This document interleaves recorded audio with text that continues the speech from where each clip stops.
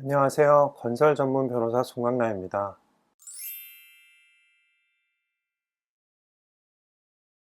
오늘은 소송을 해야 하나 말아야 하나를 고민하시는 분들을 위해 변호사의 관점에서 이야기해 보려고 합니다. 저에게 상담하시는 많은 분들이 저에게 물어보시는 것 중 하나가 변호사님이라면 이 소송 하실 건가요? 안 하실 건가요? 입니다. 많은 분들은 이렇게 생각하실 것입니다. 장사꾼이 물건을 팔려고 하는 것처럼 변호사도 당연히 하지 않아도 되는 소송을 하라고 부추길 것이라고 말입니다. 관광지의 식당이나 상점 같은 경우에는 뜨내기 손님을 상대하기 때문에 그럴 수도 있겠고, 변호사도 고정 고객이 없고 뜨내기 손님만 상대하는 변호사는 그럴 수도 있을 것입니다. 하지만 저와 같은 사람은 지인들이나 업계의 평판을 많이 신경 쓰고 안 되는 사건을 억지로 맡으면 스트레스가 매우 심한 편입니다. 그래서 되도록 솔직하게 말씀드리는 편이고, 장기적으로는 이러한 태도가 영업에 도움이 되는 것을 경험했습니다. 그럼 이제부터 중형 로펌 파트너 입장에서 어떤 소송은 해야 하고 어떤 소송은 하지 않는 것이 좋은지 솔직하게 말씀드리겠습니다. 이제 시작합니다. 이런 질문을 받으면 저는 세 가지 사항을 고려해서 소송 가부를 말씀드립니다. 첫째는 경제적 이익입니다.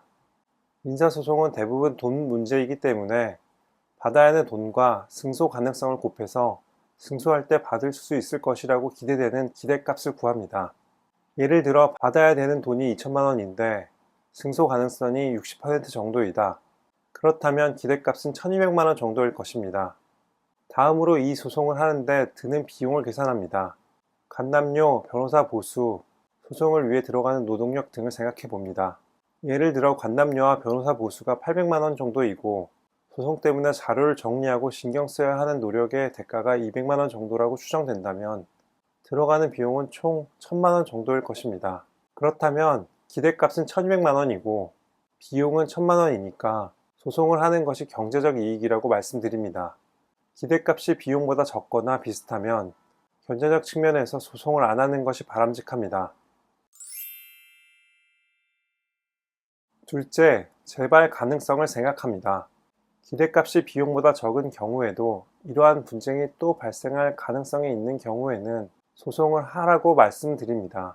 저는 변리사 출신이어서 특허 상표 사건이나 영업비밀 사건을 많이 하는데요. 이러한 사건들은 소송을 통해 받을 수 있는 손해배상액이 매우 적고 변호사 비용에도 못 미치는 경우에도 그대로 방치하면 이런 비슷한 일들이 많이 생기는 것을 봅니다. 퇴사하는 직원들이 경쟁업체를 차리는 경우도 그렇고요.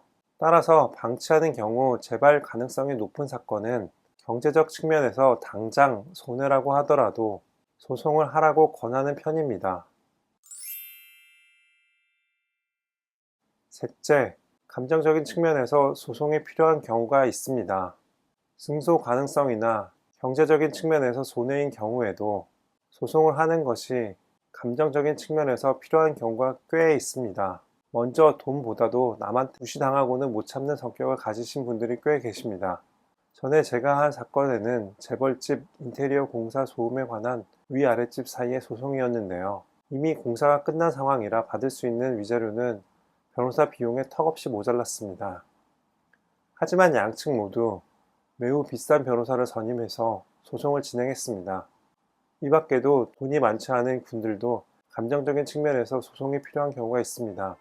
가족이 타인으로부터 폭행, 상해, 성폭력 등을 당한 경우거나 부모님 등 가족이 사고를 당해 사망한 경우에도 그렇습니다. 이러한 경우에는 경제적인 측면보다도 내가 할 수 있는 것을 다했다, 최선을 다했다는 감정적 해소가 필요합니다. 이러한 경우에도 소송을 하시라고 권해드립니다. 제가 생각하는 소송을 해야 하는지 말아야 하는지 결정해야 하는 세 가지 사항은 첫째, 경제적 측면, 둘째, 재발 가능성, 셋째, 감정적 측면입니다. 여러분도 위 세 가지 사항을 고려하시어 소송 여부를 결정하시기 바랍니다. 끝까지 시청해 주셔서 감사합니다. 이제까지 건설 전문 변호사 송강남이었습니다.